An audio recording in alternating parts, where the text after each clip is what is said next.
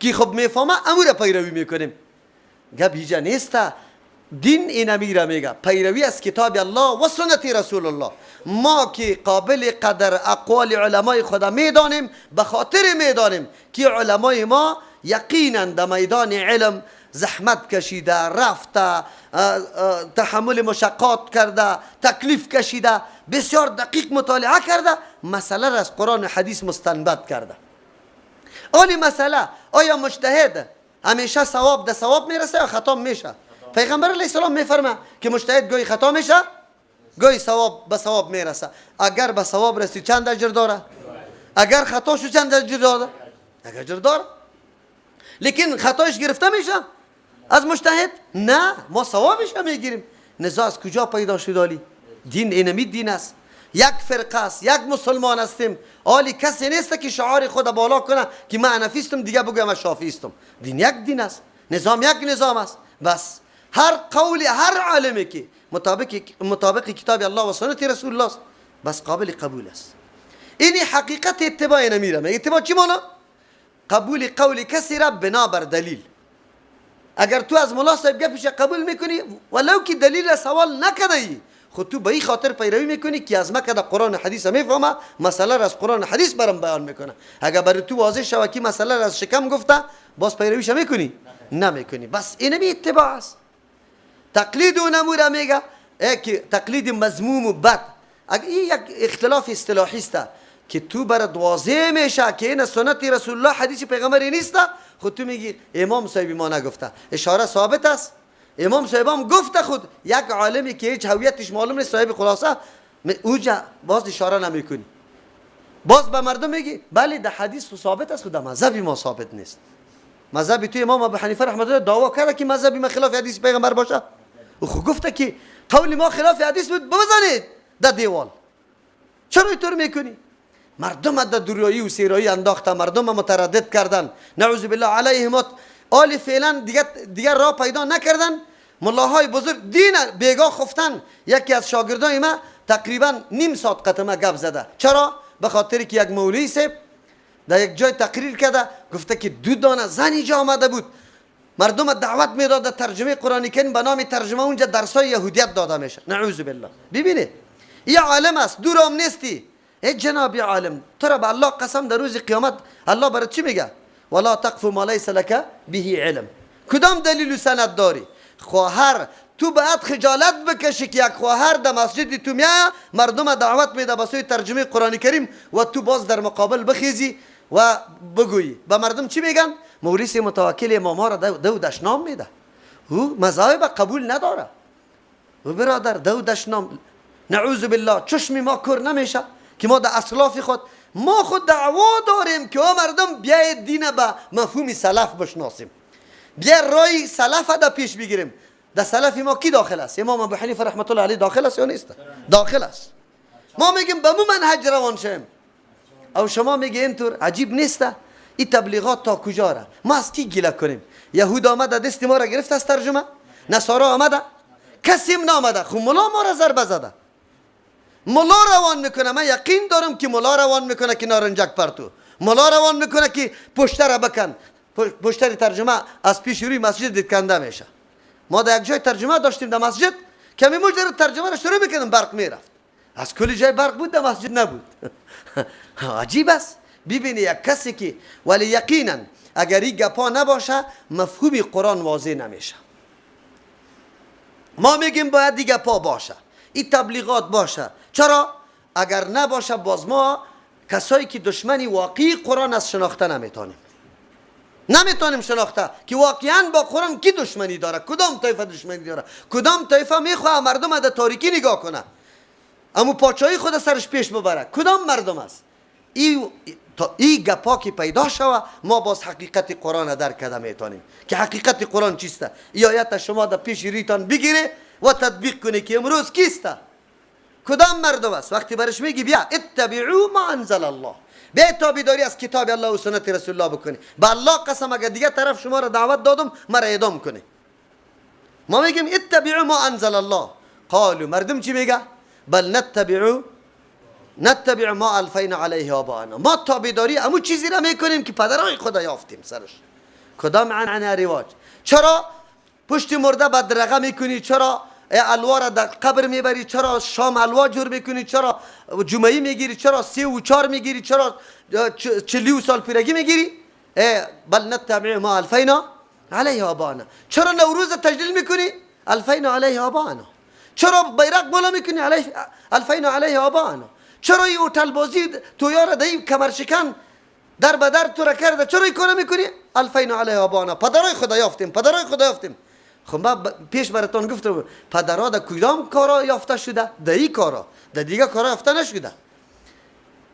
در یک اتاق زندگی نمیکنه. زمان قدیم نیسته که در یک شنگش چیسته گو گوسفند بسته باشه، در دیگه این خو بکنه. امروی میمان یک جای اینجا اتاق علایده داره. خانه حیوانات از خانه رهایشی خود حالی چند کیلومتر دور در باغ جور میکنه به خاطر که بوی بدش نبیه.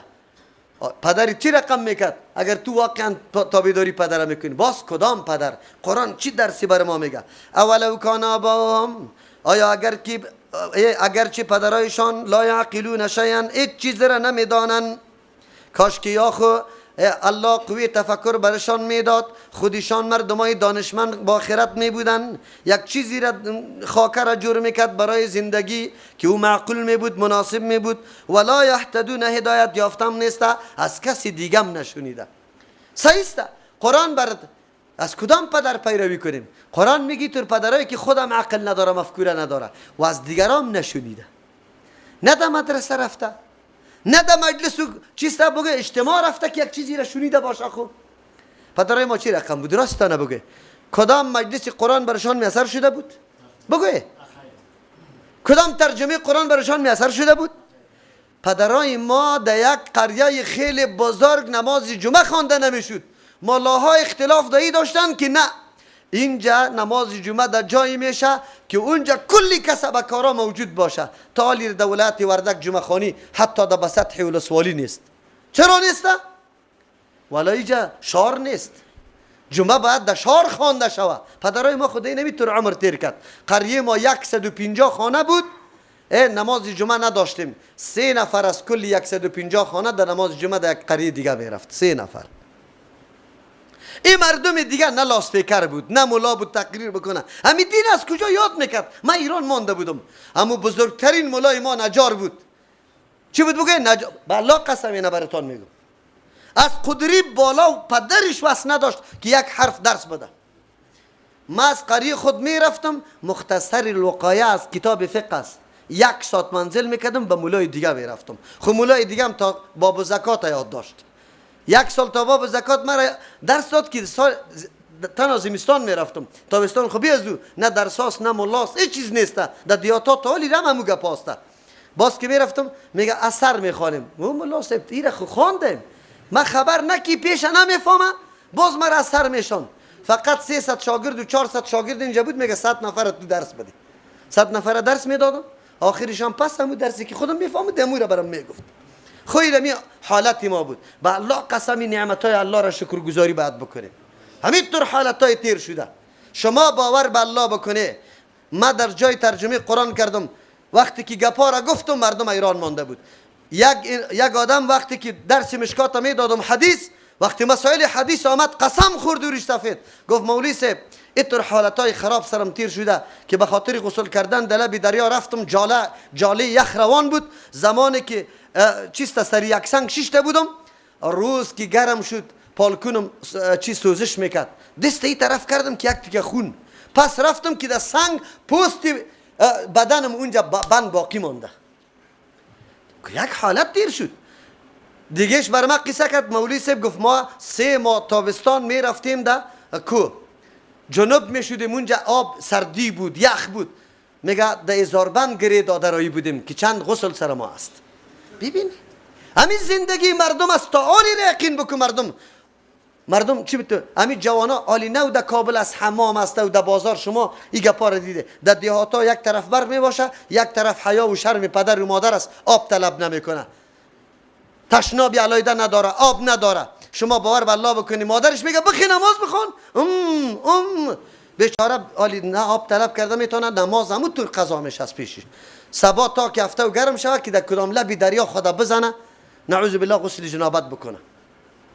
این حالات مردم ما بود. این حالت است. آلی رحم الله زیاد شده. درس قرآن میشه مردم شکرگزاری نمیکنه. من نمیکنم.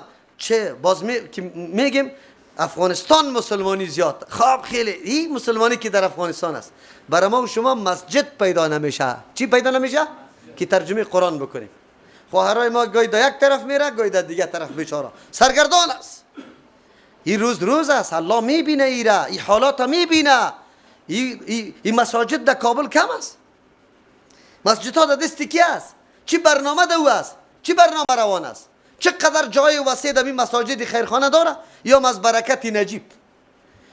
یا از برکت نجیب مجاهدین محمد یک مسجد جور نکرده. یک مسجد جور نکرده.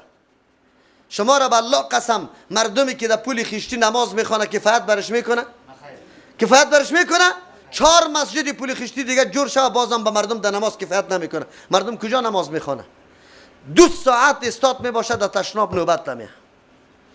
یا کجا نماز میخوانه؟ کجاست؟ یک مسجد نمیبینه جور نشد. امون نجیب امون مسجد ها را جای داده بود. او را ملاها چی کرده؟ محاصره کرده. نه درس است، نه ترجمه است، نه حدیث است، نه کسی دیگری را میگذاره. فقط خوش بیسته پنجشنبه ختم است. روان میباشه یک گروپ نفر چپانای دراز روان میباشه. کتاب الله را کدام کتاب جور کرده؟ کتاب ختمه. خیر و خلاص. الله رحم بکنه. این قرآن است. ما نمیگیم از پدرات چی رقم پیروی بکنیم. اولو کان آباهم، اگر چی پدرایشان لا یعقلون، هیچ چیز نمیدانه، ولا یهتدون، نه از کسی دیگری شنیده بود گپا که راهیاب می بودن. یعنی چی مانا؟ اگر پدر عاقل هم باشه، اگر پدر از کسی دیگری هم شنیده باشه، خب بی دلیل و سند بازم گپیش قابل قبول قابل پیروی نیسته. چه جای از که پدری باشه که نه عقل داره و نه هدایت، هیچ کدام قطعش نیسته، چطور ما پیروی کنیم؟ شما بگوی. الحمدلله جوانای پیدا شد. یک جوان همینطور گفت، مردم یک کسی گفت یک جای، گفت ما از پدرای خود قبول داریم. امو جوان خیس گفت پدری ما خود دزد بود. گفت ما ولی دزدی کرده برم. لا جواب شده موریش سفید دیگر علقش قاق شد دیگر. گفت پدری ما دزد بودم. بگو تو دزد نبود؟ شما نارام نبودی از پیشش؟ خیرود دزد بود. من دیگه رای پدر را بگیرم. رای پدر در کدام صورت بگیرم؟ باز گفتم در بین پدر کدام پدر قرار داره؟ یک پدری نزدیکی تست، سلسله پدر است. پدری داری که محمد رسول الله صلی الله علیه وسلم، پدری داری که ابراهیم خلیل الله است. کدامش پیروی میکنی؟ امروز جامعه ما دینمی گپا مبتلا است، در بدر خاک بسر. مردم ما چی میگه؟ قرآن رد میکنه. و مثل الذین کفروا کمثل الذی ینعقوا. الله میفرماید مثال او کسانی که کافر هستند، همین مردمی که داد از میزنه که ما رای پدرها را میگیریم، کدام عنعنه که پدرای ما انجام داده امو را میگیریم. کمثل الذی، بمثل او کسی است ینعقوا که آواز میده به ما به او طور چیز، لا یسمعو که نمیشنوه، الا دعاء مگر سر و صدا را و نداء آواز، معزی غالمغال و آواز میشنوه، دیگه مطلب و مقصد درک کرده نمیتونه. 2 مطلب داره ی آیت. مذمت همین مشرکین مکر الله بیان میکنه و هر کسی که به می منوال به می صفت باشه مذمت حضور الله بیان میکنه. الله پیغمبر علیه السلام میگه که این مردم ها چون که عناد و ضد داره تابع پدرها و بابا و اجداد خود شده، اگر تو بری از جا آواز هم میدی، چقدر گپای دلسوزانه، چقدر گپای کیاره در کدام مجد و مرتبه ترقی میرسانه. لیکن این مردم بیچاره این حقیقت و این کمال و این امتیاز درک کرده نمیتونه، درک کرده نمیتونه. یقینا نمیتونه است. ای پیغمبر علیه السلام تو را بیبی چقدر دلسوز و یارا به کدام طرف دعوت میدی؟ به طرف دعوت میدی که یقینا عزت براشان حاصل است. امروز عربا عزت داره یا نداره؟ راست دانه بگوی. ابو مردمی که در دنیا کس نمیشناخته، شترچران بادیه‌نشین در دشت بیابان سرگردان و لالوان بود، امروز در کدام بگوی مجد تمدن و ترقی قرار داره؟ راستی تا نبگوی. امروز راحت ترین ممالک کدام ممالک است؟ عرب است. از دستی نمی برکت کلمه و دین اسلام بود، نظام اسلام بود. در جهان امروز مرکز تمدن عرب است. خب لیکن او زمان او مردم این حقایق درک کرده نمیتونست. پیغمبر میگفت بیایید قولوا لا اله الا الله تفلحوا، کامیاب شوی هم در دنیا هم در آخرت. امروز ما به مردم میره میگیم که بیایید نکنی کتاب الله را کتاب مردا جور نکنی. این کتاب انقلاب است، این کتاب تغییر است، این کتابی است که یقینا سعادت و نیکبختی ما وابسته به این کتاب است. اگر ما سرش جمع شویم دنیای کفر همیطور فرار میکنه که دیگه همراه ما نمیشه. چرا قرآن برات میگه رشته دوستی را قطع از یا قطع کو. قرآن برات میگه ولن ترضى عنك اليهود ولن حتى تتبع ملتهم. یا ایها الذين آمنوا لا تتخذوا اليهود والنصارى اولیاء من. قرآن برات میگه با قرآن زندگی بکو، باز این مردم هویت و شخصیت معلوم میشه تو که تو مسلمان زندگی مستقل داری، شخصیت مستقل هستی یا نه که دنبال روی از یاستی یا زیر فرمان از یاستی. قرآن برات میگه. امروز مجد و عظمت ما در این قرآن وابسته است که ما دور بخوریم هدایات قرآن سری خود عملی بسازیم. ما امیر میگیم که بیا دور بخوریم، لیکن مردم ما میگن نه چیزی که پدرای ما کرده. ما الله تبارک و تعالی مثال میده او مردمای عنادی و ضدی را که سخنای پربرکتی پیغمبر قبول نداره، به مثل او چوپان دلسوزی که چوپان دلسوز غمی را مرا میخوره، صدا میکنه برامه که دور بخو که او طرف مثلا تو میری جدا میشی من دور هستم گرگ سر دمله میکنه تو را از بین میبره، یا او طرف میری اونجا جای سنگ پر است سنگ لول میخوره از بین میبره تو را، یا اونجا دشمن تو را دزدی میکنه. چقدر دلسوز است امی چوپان سری رمه که رمیش مسئول باشد جای خوب بچره خوب چیسته گیاه ها را بخوره، لیکن مال چیسته مال فقط از صدای چوپان چی را میشنوه؟ یک سر و صدا را. خلاص مطلب چوپان درک نمیتونه. سرتنبه است. این گوسفند میگه که چای بیا، گوسفند دیگه دویده رایسته پیش خود گرگ پیش کده رایسته نمیفهمه. پیغمبر علیه الصلاة و السلام امی قسم دلسوز بود سری امت، تلاشش این امی بود که این امت در بدر نشوه. الله اکبر، چه دلسوزی از این کده بالا باشه که پیزار مبارک از خون پر باشه بازم بدعا نمیکنه. اللهم اهدی قومی فانهم لا یعلمون. دعا میکنه الله هدایت بده قوم مرا، چرا نمیدانه حقیقتا. امروز ما و شما در این مرحله قرار داریم، به قومتان دعا بکنی، سری قومتان دل بسوزانی واقعا که فانهم لا یعلمون است. نمیفهم حقیقت، درک نمیکنه. ما چی نیاز دارم؟ ما چی نیاز دارم؟ نیاز به این دارم که نه مردم دستی مرا بوسه کنه، در هر مرحله یک چپن در سرم پرته، خصوصا در ختم قرآن داخلی ختم یک 20,000 روپیه دیگه در جیبم تیله کنه. صحیح است؟ بگوید در هر ختم 1,000 پیسه کارتم برای نانی مکلفم از طرف مردم برم بیا امامت میکنم قرار وظیفه رم در مکتب گرفتم دیگه چی کار دارم؟ تا را در مردم شرکی مردم در بدعت مردم چی؟ دیوانه و دیوانه. مردم ما را دیوانه میگه. چرا دیوانه میگه؟ خبرداری؟ راست میگه که ما دیوانه هستیم. ما دیوانه هستیم. چرا خودت در معرض ازی قرار میدیم که مردم بیا نارنجک سر ما پرته؟ چی بلا ما را زده؟ خو یادتان باشه ما همو کسایی هستیم که این کتاب الله را خواندیم. این کتاب الله خواندن تعهد با الله کردن است. ما کل زندگی ما فدای ازی باشه که الله از پیش ما راضی شود، در پیش الله مسئول نباشیم که الله بر ما مخاطب قرار نده ما را بگویه که چرا کتمان کردی، چرا حقایق بیان نکردی. چرا این کتاب در او زمان هم بود، در این زمان هم، در او زمان انقلاب هم یاره، در این زمان مردم هنوز هم نعوذ بالله غلام یهود و نصارا جور میکنه. کلا قطعا نه، اینطور نیسته. ولی ما خود دیوانه نیستیم، آرام زندگی میکنیم بدون ترس بدون خوف قرار. مردم بریم خطی مردم جور میایم، میگه او میگه که یک ختم دارم، من میگم که هر هفته ختم بکو. چی دیو زده تا؟ وای 2 را من خوش ندارم، من نفس ندارم، کفته را من خوش ندارم، دارم. خو لیکن به الله چی جواب بگیم؟ الله که میگه فلا چیسته؟ فلا تخشوا الناس واخشونی. از مخلوق نترسی، الله میگه از مت بترسی. امری مرا در نظر بگیره که سبا جواب دادن است. قرآن امور میگه برام یک موضوع است.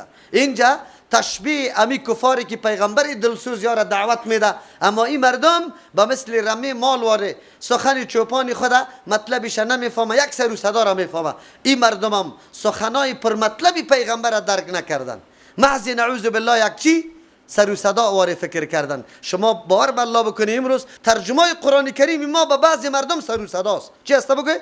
یک سر و صداست، مطلبش درک کردن نمیتونه، بلکه علیه ما قیام میکنه، میگه بعد سر و صدا نباشه، لاسپیکرها را بند کنی از بیرونه. چرا؟ ما را در خو نمیمانی، ما را در راحت نمیمانی. براتون گفته بودم.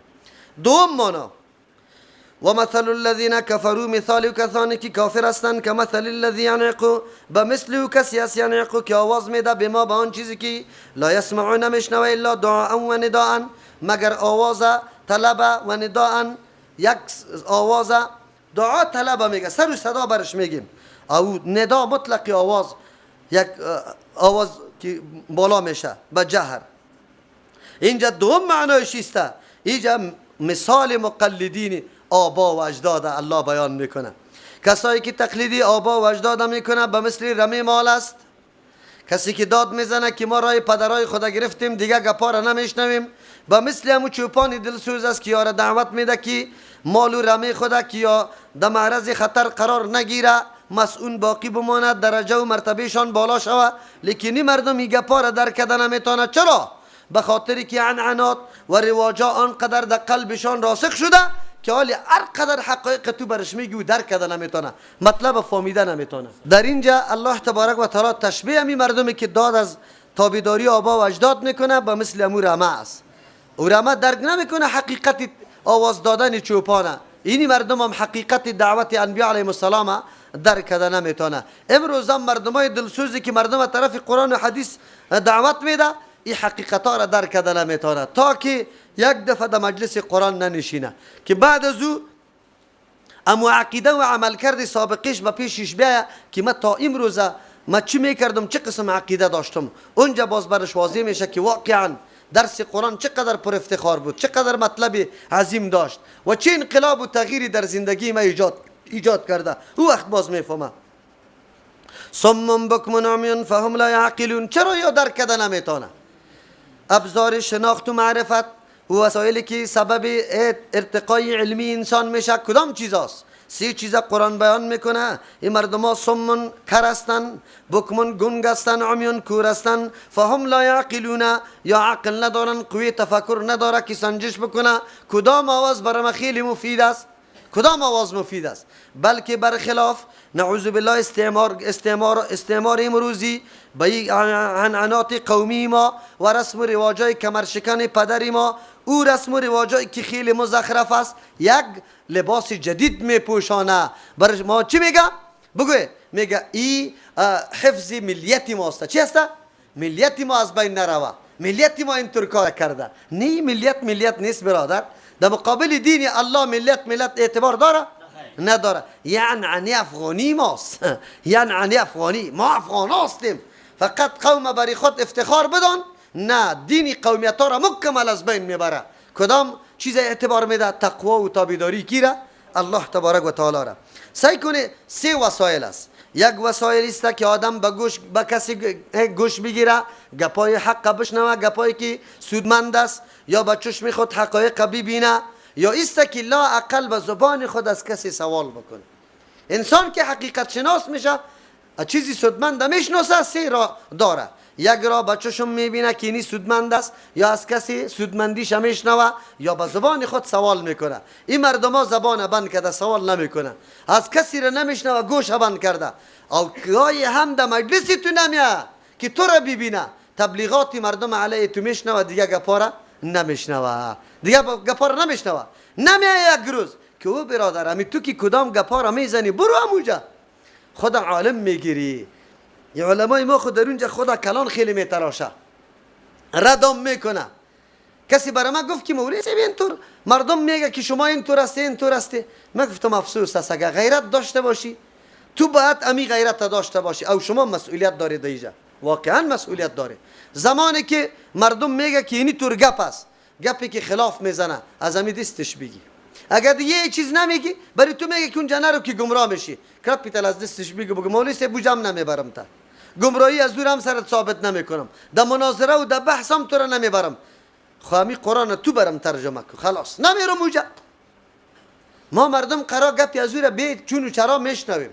ملا صاحب برام گفته که دی ترجمه نرو، پیر صاحب برام گفته، آقا صاحب برام گفته که دی ترجمه نرو. تو بالله چی جواب میدی؟